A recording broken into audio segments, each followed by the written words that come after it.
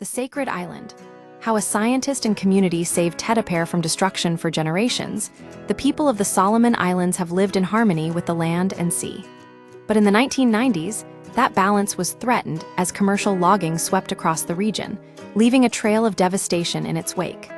Among those who fought to protect their ancestral home was Katie Soapy, a scientist and descendant of Tetepare Island, a sacred place facing imminent destruction.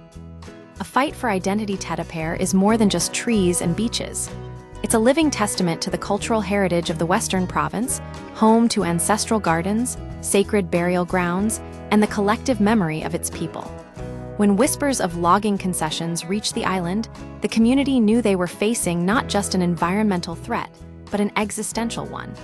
To lose Tetepare would have been like losing part of ourselves, Soapy explains.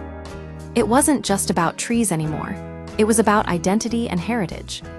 From student activist to scientific leader, Soapy, then a university student, became a founding member of the Friends of Tetepare, later evolving into the Tetepare Descendants Association (TDA). She worked tirelessly, connecting communities, organizing meetings, and lobbying governments to halt the logging concessions. We needed both the knowledge of our ancestors and the tools of science to show the world why Tetepare mattered, she says. The fight gained global attention, culminating in the Australian documentary Since the Company Came, which exposed the struggle to the world. A community-led conservation model, the relentless pressure paid off, and logging was halted.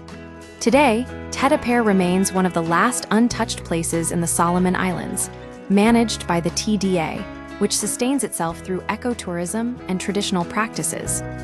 The TDA's success is a testament to the power of community-led conservation, where indigenous knowledge is interwoven with modern science.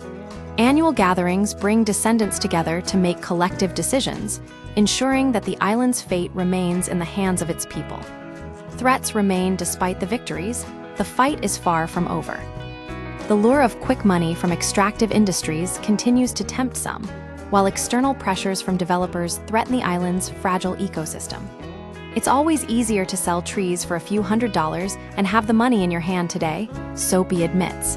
But conservation gives us fish, food, and clean rivers for generations. That's harder to measure in the short term. A Pacific model for the future, Soapy's journey from student activist to respected regional scientist embodies the Pacific's leadership in conservation. Her work, particularly in ocean acidification, has had a significant impact, while her mentorship has inspired a new generation of scientists. In 2012, the TDA won the prestigious United Nations Equator Prize, recognizing its community-led conservation model as a global example. Tetepare taught us that conservation isn't just about protecting land. It's about protecting who we are, Soapy says. Today, she continues to advocate for indigenous knowledge and community-led approaches as a partnerships coordinator at the Pacific Community Center for Ocean Science.